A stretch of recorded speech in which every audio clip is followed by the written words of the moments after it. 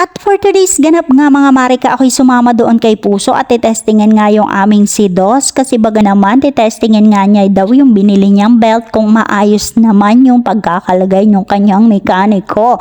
Ayan, bali sumama nga ako kung maayos baga naman at Diyos ko po Rode at pagkakataong ito may itinuturo na naman siya papalitan daw at talaga naman nasakit na ang aking ulo. Dangan nga lang ay ayaw ko maglakad ay Diyos ko po ay di sana hindi ko na ito pinapalitan pa.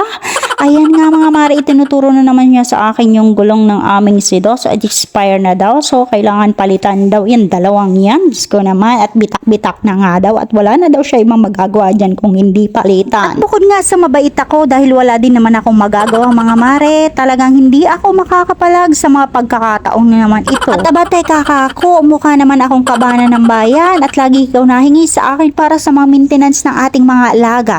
At Diyos ko po naman mga mare, late na nga namin nakita na 2018 pa pala expire yung gulong namin kaya naman pala nagbibitak-bitak na. So ayan ang ending, bali papalitan nga yung dalawang gulong na nasa harapan, bali next year pa naman yung dalawang gulong sa likod. Diyos ko po naman Rude. At habang nandito nga kami mga mari sa gilid ng daan, aking pinagagalitan kasi baga naman kako ikay tumigil-tigil ng iyong paninigarilyo at Diyos ko po kung hindi ka lang magaling-galing maglaba at ikay mahal ko, Diyos ko matagal-tagal na kitang naibenta sa Bombay, makita mong iyo. Yun lang naman for today's video. Maraming salamat po sa inyong panonood. Maabalos.